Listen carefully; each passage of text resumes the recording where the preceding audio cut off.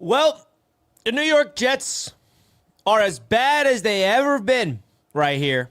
And we're going to break it all down the day after the New York Jets got absolutely plummeted by the New England Patriots yesterday. Welcome on in, everybody. Good morning. Happy non-victory Monday. It's been a non-victory Monday for how long now it's been? Since the Jets won a game? I don't even remember at this point. But at the end of the day, yesterday's game was absolutely disgusting. All right, and that's obviously keeping it nice. And we all knew that us Jets fans heading into that game against the Patriots, it was going to be ugly, man. It was going to be ugly. Now, there's a lot of people out there wanting to fire Aaron Glenn, wanting to blow it all up. So I wanted to give you guys my thoughts after sleeping on it and share you guys my perspectives here on Jets Media. So make sure you guys hit the like button on your way in. Shout out to everybody tuning in across all different platforms. Really do appreciate you guys, as always, supporting me here on Jets Media.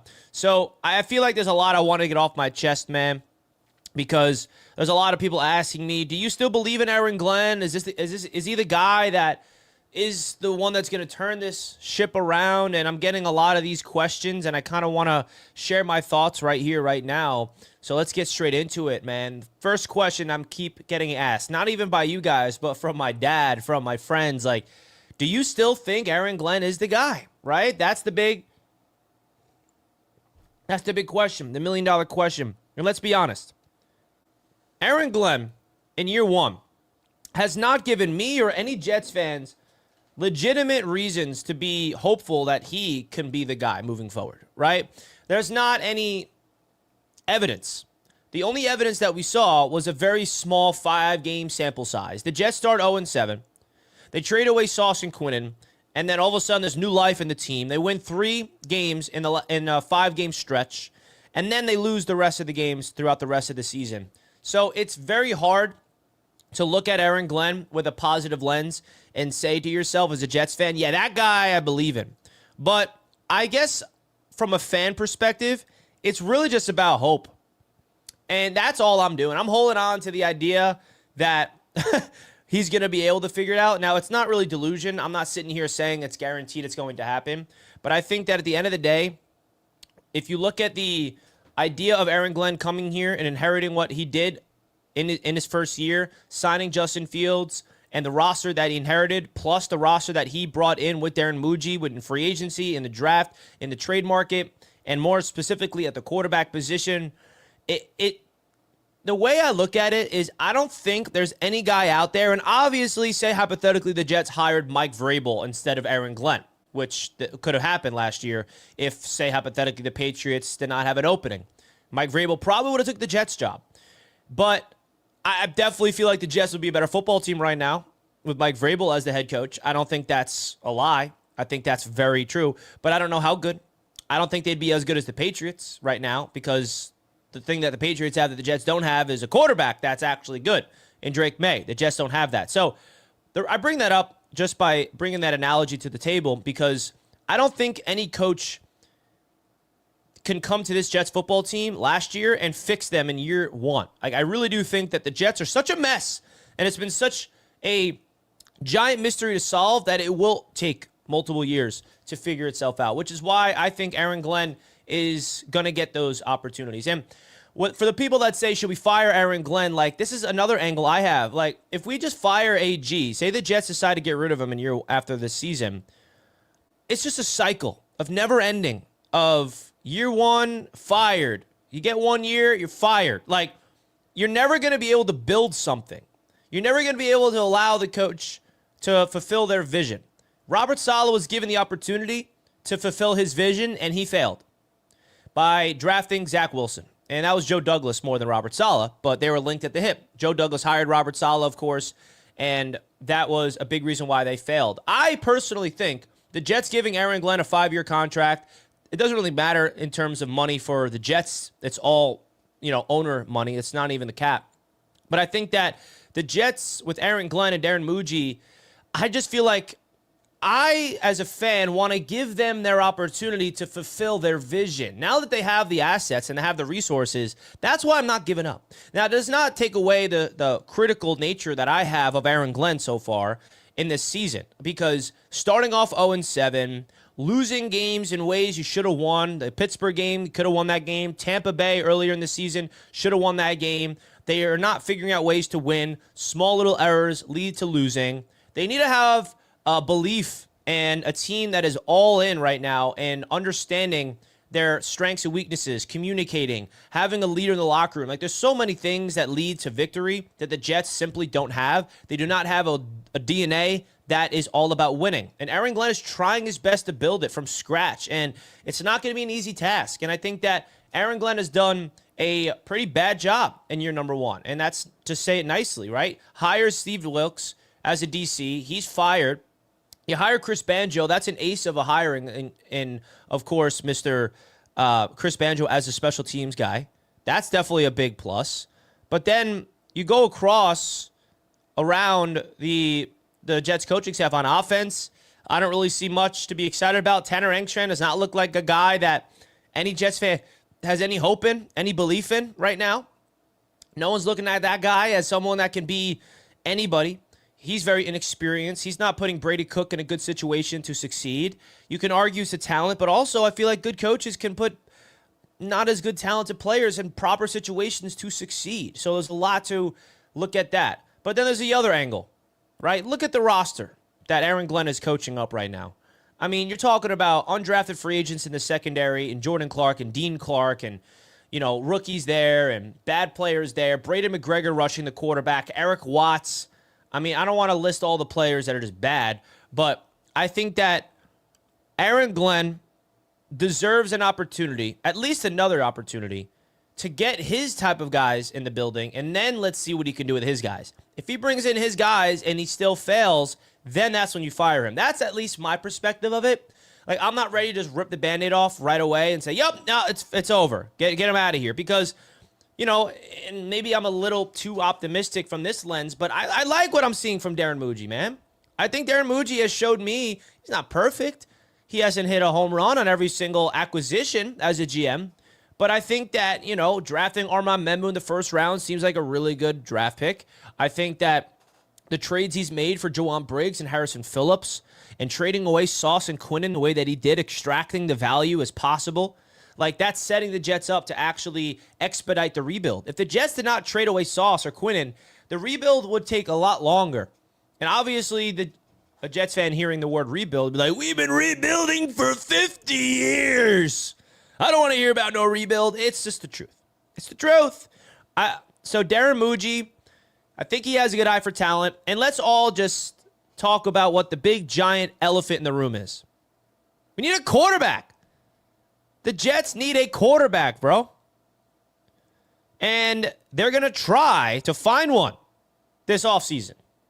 And if they find their guy, all of a sudden we're going to look up and be like, oh, maybe this coaching staff does know what they're doing because they finally found a quarterback, which is the most important position in sports. I mean, you can go back in time. The Jets have not had a quarterback for ages, okay? And until they find their guy, they're just not going to be a good team, right?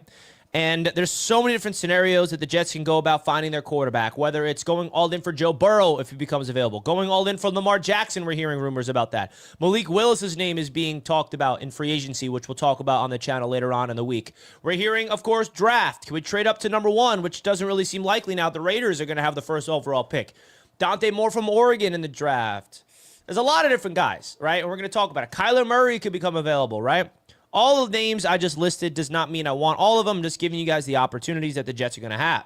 So I think the Jets are going to go all in to find their guy. And if they can find the quarterback position, it's going to make it a little bit more easy to kind of plug in the holes around the quarterback. Because the Jets, from a roster standpoint, it's not great. It's not even good. But I feel like there is somewhat of a core, at least around a quarterback, that you can start building from, which is Garrett Wilson at wide receiver, Adonai Mitchell at wide receiver, Mason Taylor, Jeremy Ruckert at tight end, an offensive line that is pretty much built up. They're obviously going to make some additions, but Olu at left tackle, Membu at right tackle, Tippmann at right guard. You re-sign Myers. I would prefer Myers to be a backup next year. So the offensive line isn't like top tier elite, but there's pieces there. And then the running back position is a big question mark. If you plug in a quarterback, and then you add more offensive line help, you add another wide receiver, you bring in a tight end, you draft a running back, and a quarterback that's actually good, that's capable of elevating the guys around them. Because look at what Drake May did. Drake May for the Patriots, and it sickens me to even say these things, but it's just the truth. What Drake May does and what great quarterbacks do is they elevate the guys around them. They make the players around them better.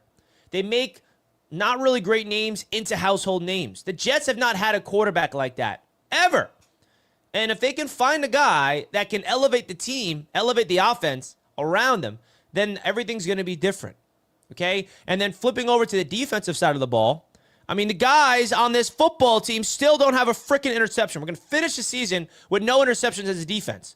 That falls right on Aaron Glenn and Steve Wilks and the players, because the defense is so trash right now, where they're vanilla on pre-snap. There's no confusing the quarterbacks. There's no disguising. They're trying to be in man, and then they go into zone, and everybody's wide open. There's no pass rush. The defense is broken. But Will McDonald got shut down against the Patriots. I get that. And the only really good player on the defense right now that's playing is Jermaine Johnson and Jawan Briggs and Sherwood and Quincy Williams. Everybody else stinks. So the Jets need a new defensive mind, and they need a lot new talent, man. A lot, right? The Jets are going to have to make a decision on Will McDonald's fifth-year option. Is he someone the Jets are going to want to bring back in a fifth year? So I think that you look across, that's really my thoughts about, is Aaron Glenn the guy to believe in as a Jets fan? Because I think you could look at it from this angle. There is nothing that Aaron Glenn showed us to really believe that he is the guy. I think the only thing us Jets fans should have is an open mind of say, okay, you stunk in year one. Are you going to learn from those mistakes? And are you going to have a huge offseason where you bring in your players that fit your DNA to go out there in year number two? Because next year, expectations are not going to be Super Bowl, obviously, but the expectation next year is going to be they better be a competitive football team that is in the race at this point of the season next year, right? I'm not saying playoff mandate, but they better not be out of the playoff race by late November. We better not be talking about tanking again, because if that's the case, that's when Aaron Glenn's fired, because this is a team with a fan base that's very impatient, and a lot of context needs to be added. What happened? How did they get there? But you got to figure out a way to bring in your players next year to get them, okay, over the hump. Because if the Jets fired Aaron Glenn in the offseason, and say they go out there and hire who? I mean, which coach out there do you want to hire? Who? Mike McCarthy? Say you bring in Mike McCarthy, hypothetically, and then next year, Mike McCarthy goes and wins 5 games. What do you think Jets fans are going to say? Fire McCarthy. All right, then we fire McCarthy. Now who else should we hire? Oh, let's hire this coordinator from that team. Hire him. In year one, he wins 4 games. Fire that guy. We can't keep doing this. Firing coaches after 1 year is a cycle. That's how I look at it. So this is another way to look at it too, man. Say the Jets draft Dante Moore, right? And then the Jets go out there next year and they bomb, and Aaron Glenn's the coach. They fire Aaron Glenn, and then you bring in a coach to kind of help fix the young quarterback and develop him, and then he's our guy. Look at the Jaguars. How many times did it take them to find a coach to pair up with their young quarterback, Trevor Lawrence? Took them, 3 tries? The Patriots, in year 1 with Drake May, Jerome Mayo failed. In year 2 with Drake May, they hire a new coach. Now look at them. Caleb Williams, year 1, didn't work out, fire their coach. Year 2, bring in Ben Johnson. Now look at them. So just because Aaron Glenn finds a quarterback in the draft and say he gets fired, it's not the end of the world in my eyes. Look around the NFL. We're seeing it. We're seeing it. I don't know, man. I just like to look. I really try my best to look at this from a logical perspective and not an emotional, because we're all emotional as fans. Like, every single Jets fan has every single right to be extremely emotional because we're so annoyed and we're suffering and it's frustrating and it's so tiring. But if you try to look at it from a logistic standpoint and add some context and add some logic, that's what I'm trying to do. I'm trying to level things out. That's all I'm trying to do, man. So there's no denying that Aaron Glenn has proved to be an absolutely terrible coach this year. No doubt about it. But I'm someone that wants to give him the opportunity to learn from his mistakes, and perhaps bringing in a new quarterback and a new roster around him can change things. Not saying it will, but I'm just going to give him that opportunity because I think he deserves it. Because he chose this job. He wanted this job. Not a lot of coaches want to be the coach of the Jets, folks. Nobody really does. Aaron Glenn wanted to because he's got ties to the New York Jets. And as a Jets fan, that makes me happy just from the fact that he wanted to take on the challenge of turning around the New York Jets. I respect that.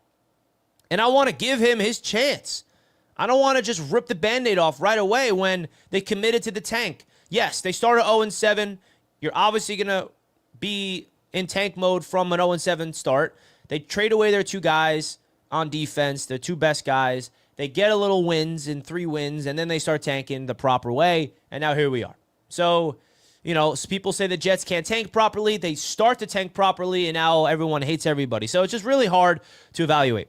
So let me know your guys' thoughts in the comments. Hit that like button. As always, huge shout-out goes to Sleeper for being the proud sponsor of Jets Media all season long. If you guys have not checked them out by now, I don't know what you're waiting for, folks. If you guys can go check out Sleeper, that link is at the top of the description. You get a 100% deposit match up to $100 by using my code JETS, folks. Go check out Jets with the code at the top of the chat. You guys can win up to $100 extra money over there on Sleeper. So huge shout out to Sleeper. Appreciate you guys tuning in as always, and let's go Jets. All right, let's get into the chat now.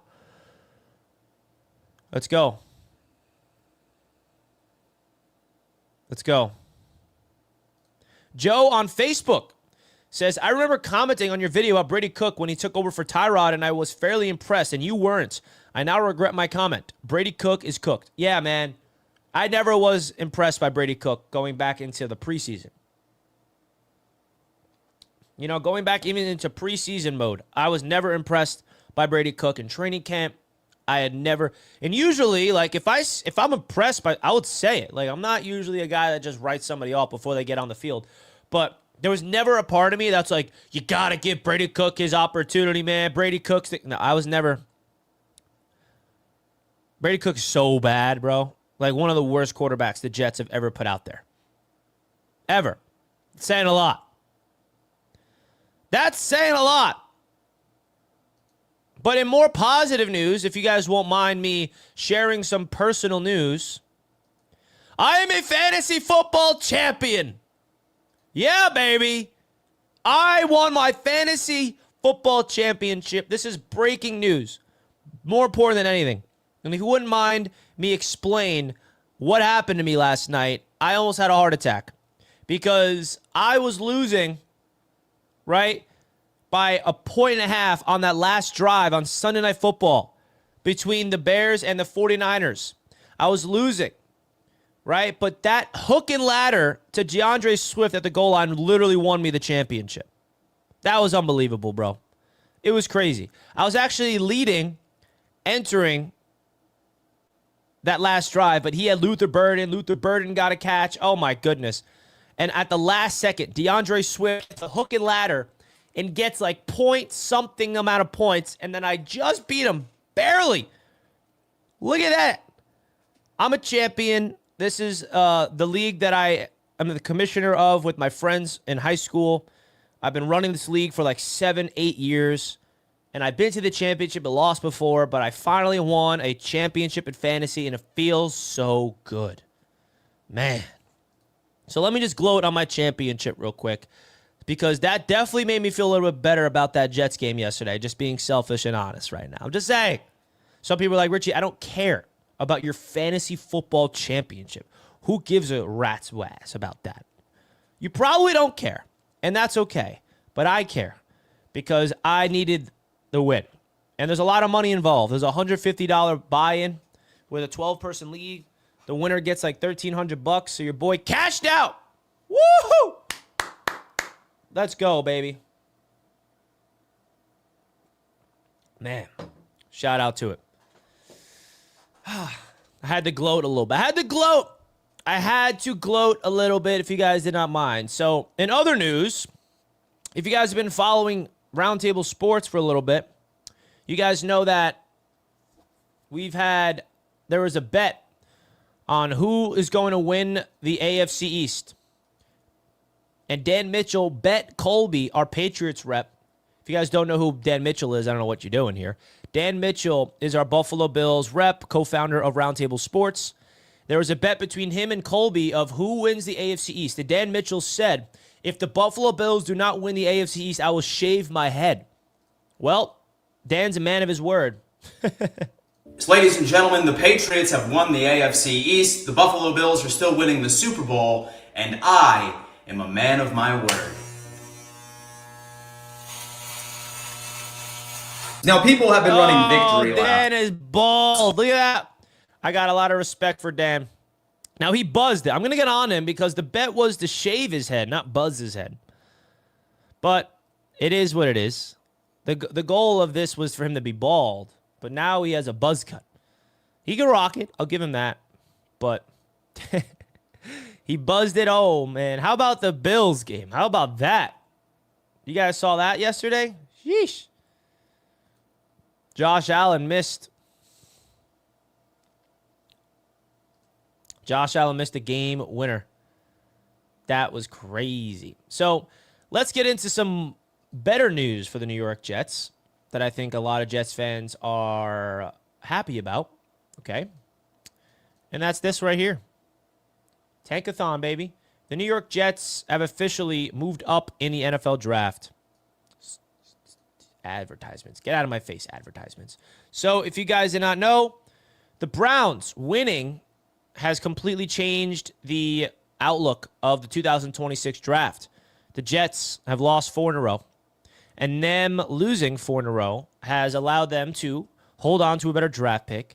But the Cleveland Browns beating the Pittsburgh Steelers allowed the Jets to leapfrog them because the Browns, they have a better strength of schedule, or a favorable one for tiebreaker, 491, and the Jets are at 548. So therefore, the Browns winning leapfrogs the Jets up to 3.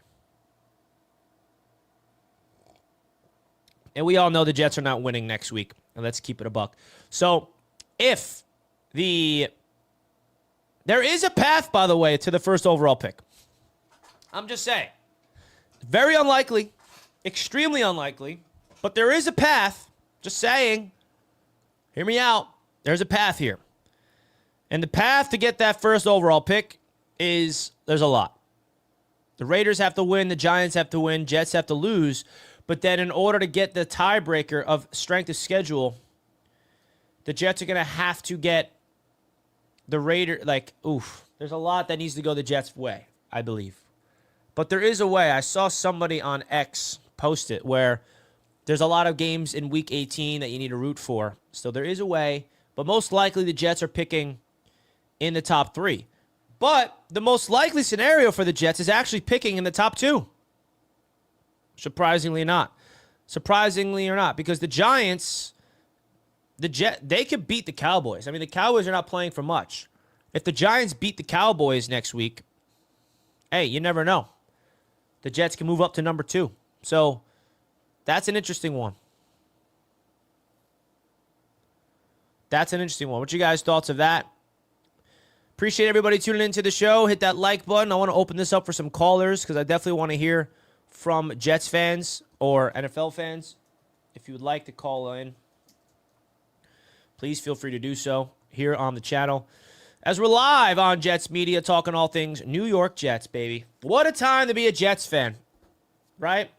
What a time. You thought that things can never get as bad as we thought it was going to be as last year, but obviously that's not the case. So if you guys want to call in, the link now is in the chat to come on in and talk some ball, all right? Congratulations on the top 3 pick. Well, thank you. Thank you. We got a lot of things, man. We got a lot of things to talk about, folks. I was hoping for more out of AG, but I'll give him another year. Yeah, I was hoping for more too. We all were. We all were, man. No one wants to see them be this bad. No one wants to see them this bad, bro. It's pathetic. It's absolutely pathetic, actually.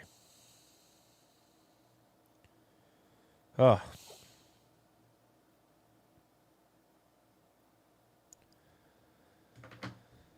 All right. I'll be right back, and then we're going to take some callers. So make sure you guys click the link and come on in, baby. Come on in. I want to hear from you guys. It's a Jets therapy session the day after the game. So hit that like button, folks. Come on in and talk with your boy. I'll be right back.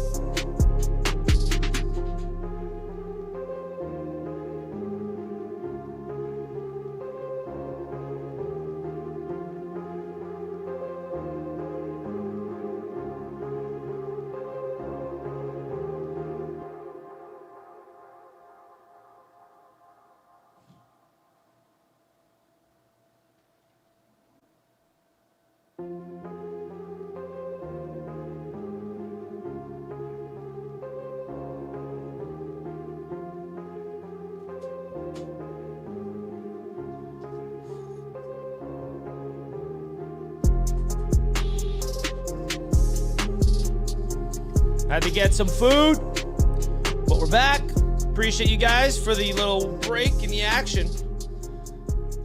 I appreciate you guys in the break in the action. Hit that like button, folks. We're back. You know, I've noticed, radio stations that are live all day, they get breaks. Us content creators, whenever we're live, I feel like it's frowned upon to just have a 3-minute break. You know what I mean? So I'm going to try to do that more often, if you guys wouldn't mind. Usually the 3-minute break in the radios is all commercials. At least I didn't give you guys commercials. I'm just playing around with you guys. All right, let's get into some callers now. like button, folks, on your way in. Let's do it. First up, we got Lascelles in the house. What's up, Lascelle? Hey, bro, what's up? How's it going, man? Doing good. Had a great holiday. Had a Great. great holiday weekend. Um, it was tough watching that game, which is lucky that I didn't watch all of it because I had work. So I You didn't lucked watch the out. whole thing. Yeah, I lucked out there, but I don't know. I don't know what to do. Like, honestly, I'm with you. I want him to have another shot. I don't care if he gets another shot or something on that line. But if he gets fired, I'm like, I'm like, whatever. Like, that type of thing. That type of thing. Like, I'm like indifferent to it right now. Like, as of Yeah. right now. And I think, thank you for the call, Lascelle. I think being indifferent to it is a good way to go about it because it's out of our control. And I think that we've already heard the report that we already know what's coming. So why get super obsessed over the fact of wanting him fired when I just don't see it happening, man? I really don't. Obviously, a lot of people want it to happen, but I just don't. I don't see it. I just don't see it, man.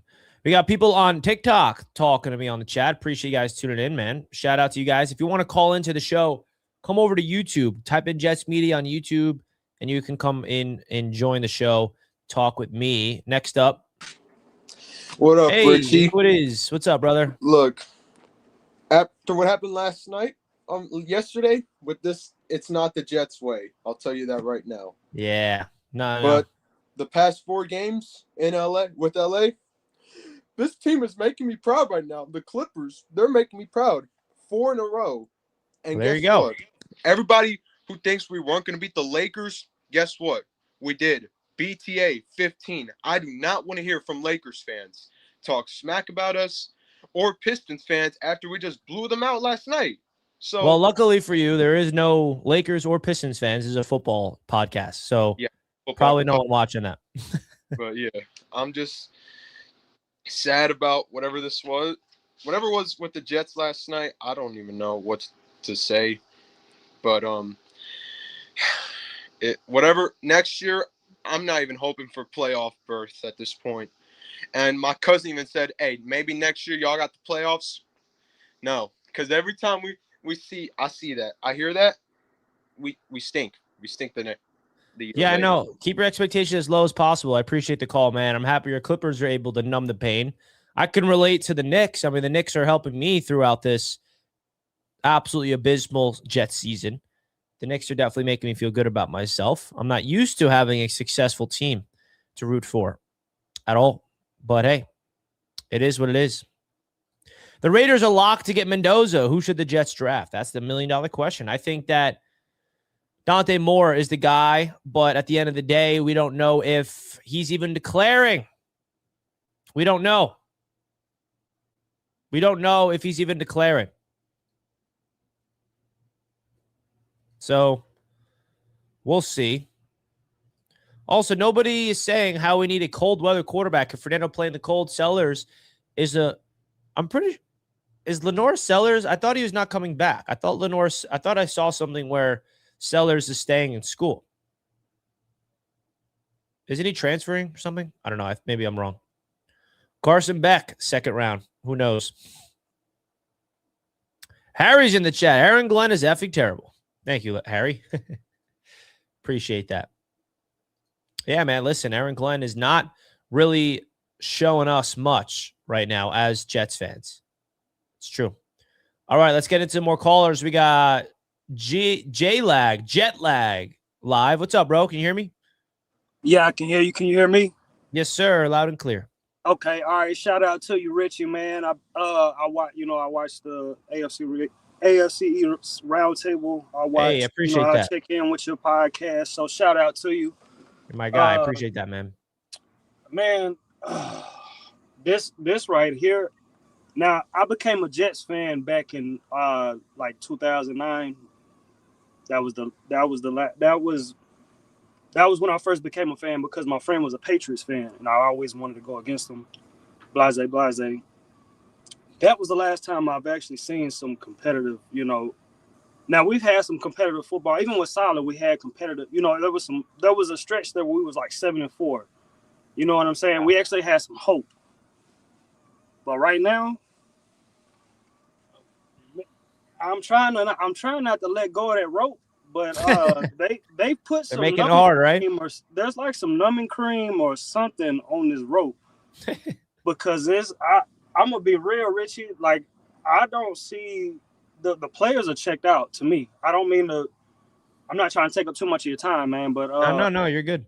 The players seem to be. They don't seem to be responding at all, and I don't really trust them with these draft picks. I respect them as a man, you know, first and foremost. But as a head coach, I don't know, man. Yeah, no, great call, J-Lag. And I love the analogy you said. I think there's some numbing stuff on this rope because we're all holding on. But there's someone on the rope that's numbing us right now. And I think he brings up a good point. Like, the players are checked out. And that's obvious. It's so obvious. And that's not good. It's not a good sign that your players are completely checked out.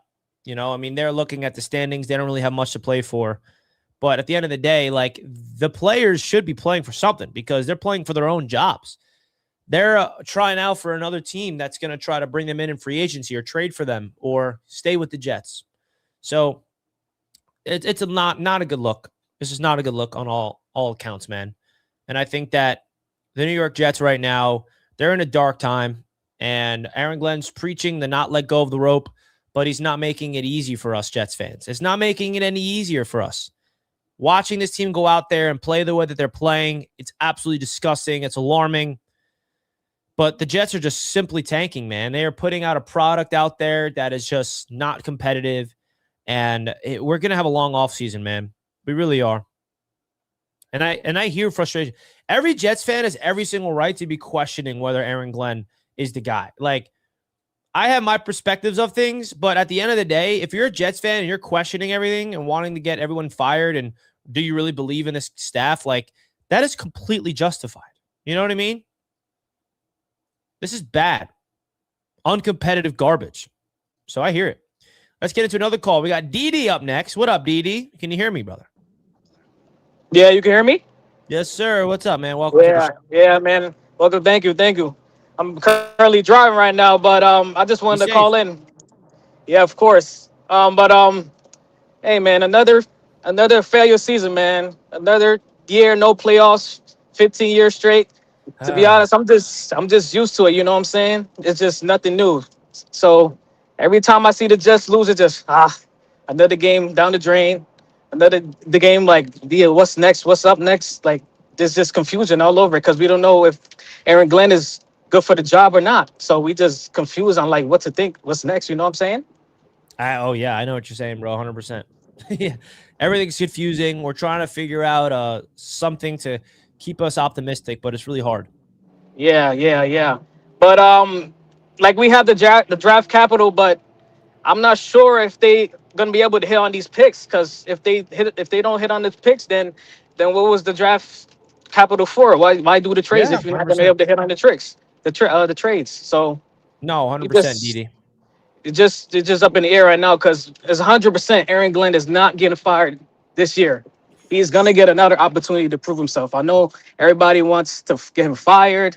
I know everybody's off the rope, like he says, off the rope, like the last caller said about being numb by the rope. I know everybody's off the rope, but I know he's gonna get another year. We just have to wait and see what's going on to happen next. Exactly. You said it, DD, and I appreciate the call, brother. Drive safely, and I appreciate you chiming in. You said something that was very nice and interesting, where it's obvious, but all the capital the Jets have does not mean anything unless they hit. And remember, the Jets were in this situation before, years back, when they traded Jamal Adams. They had all the same exact, not as much, actually. They have more capital now, but they've had 2 first-round picks, and they didn't succeed. We had all the capital. We had all the cap space. They didn't succeed. Now, that was a different regime. They failed. Now, a new regime is going to have a new opportunity with all draft picks to get, a better team and a quarterback, but they swung and missed on Zach Wilson. And that's really all that matters to me, bro. like I honestly look at Joe Douglas's tenure and all those picks as he had a lot of great draft picks, but he missed on one. And that was Zach Wilson. And that is the ultimate pick you cannot miss on. If you draft a quarterback at the top of the draft, he can't be a bust. Because if he's a bust, it will set your franchise back for years. And now here we are in this moment, set back, continuing, right? So I say all that because if the Jets can find their quarterback in the draft, and he's a guy, he's a dude, he's a Caleb Williams, he's a Trevor Lawrence, he's a Drake May, and I keep using these three guys as my, examples because they're actually showing what a good coach can do with a young quarterback. We need to see what this team is capable of. That's how I look at it.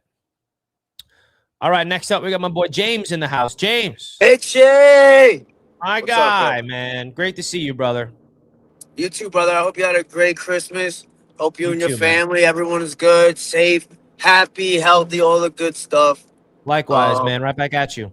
Yeah, brother. Listen, I mean, what are we going to get worked up about at this point right now? That was pathetic. I mean, that was disgusting, but I wanted to turn it off, but I didn't. But I can't. I take it with a grain of salt. You know what I mean? Like, these guys already checked out. They planned their vacations to Cancun.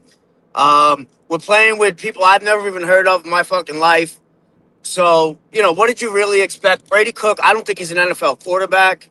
I think he's going to be out of the league soon enough. I don't know when, but as far as Aaron goes, yeah, we all know he's not going anywhere, at least not after the season, or I don't think at any point next season.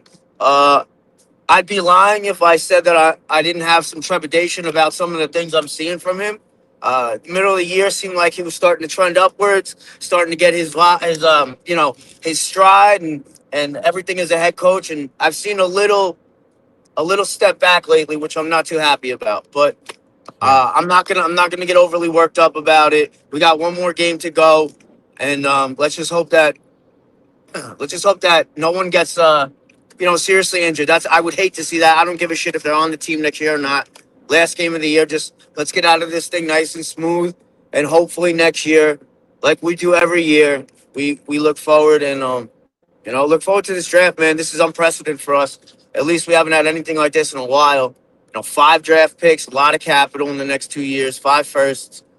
We can really change the franchise, but it's up to Muji and Aaron and to get all these scouts, in order with the philosophy that they want to follow moving forward. So we'll see what happens, bro. Another year, you know what I mean? Another year. We're in this together, James, as always. That's it, brother. Love you, bro. I'll talk to you soon, man. I love you too, man. I appreciate you calling in. That's my guy, James, right there. Been here since the beginning of everything. We suffer together. One day we'll celebrate together. That's how I look at it. For those that continue to suffer, one day it's all gonna come back. It's all gonna come back. And you know what someone said in the chat that I have to bring up that I thought funny? Can we just take ourselves back to week 1? I mean, I know we lost the game, but like after week 1, that game against Pittsburgh, I mean, that like was nuts. That Jets team looked so good. Obviously, they lost the game, so not that good. But man, that was a fun game. And I'm like, okay, maybe this team will be fun. We're going to win some games. We're going to have Justin Fields looked really good in that game. And then he never looked the same. But man, that game was so fun. And we realized, guess what? The old saying of the NFL is what, folks? Week 1 is a lie. Week 1 is always a lie. And that is a perfect example of week 1 being a lie. Jason with a $5 super chat. Thank you so much, Jason. I appreciate you, bro. The players look like they quit on Glenn the past month. Terrible sign. Yeah, that is not a good sign. It seems like the players, I don't know, man. They're not. It's one of two things. Either they quit on Glenn or the players that are playing are just trash. Because there's a lot of bad players. Like, that's another thing about that game yesterday. Why I'm not super like crying and whining about it, because 75% of the guys that started yesterday, especially on defense and offense, really, they're not going to be on the team next year, or they're not going to be playing meaningful snaps. Like, I want to make a project. I don't know if I'm going to remember this, but I hope I can remember this. I want to compare the Jets team that played yesterday against the Patriots to the week 1 team in 2026 in September next year, and how drastically different it's going to be. Because it's going to be a complete overhaul. You're going to see a completely different team. A new quarterback, new running back, new wide receiver, new players on defense, new starters everywhere. Lascelles, super chat. I like James, man. He is a good, passionate dude. Well, I wish I can give this $2 super chat to James. He deserves it. Thank you, Lascelles. I appreciate it. I appreciate that, my friend. James is the man. He really, really is. New running back. Now, yeah, I mean, Breece Hall is a free agent. There's a chance that he's not back. I mean, I like Breece Hall. I want to keep Breece Hall. Shout out to him for getting over 1,000 yards on the ground this season. He had a really good game against the Patriots, but there's no guarantee he's back. Not at all. Folks, if you're just tuning into the show, do me a favor, run up the like buttons, baby. Let's get this to over 100 likes as we're going to wrap up the show now. We got 4th and Forever starting in an hour from now, folks. 4th and Forever. We're doing an earlier show today, talking all things NFL. I appreciate you guys tuning in to Jets Media here live. We're going to have a lot of content coming your way all throughout the season, off-season, that is. Last week of in-season talk, and then the off-season begins a week from today. So salute to everybody in the chat. I love you guys as always. Hit that subscribe button if you're new. Like the video on your way out. I'm out of here, folks. Enjoy the rest of your Monday. It's not a Victory Monday again, but hey, maybe one day we'll celebrate a Victory Monday next week. All right? So appreciate you guys. I'm out of here, and enjoy the rest of your Monday. I'll see you on 4th and Forever. Peace out.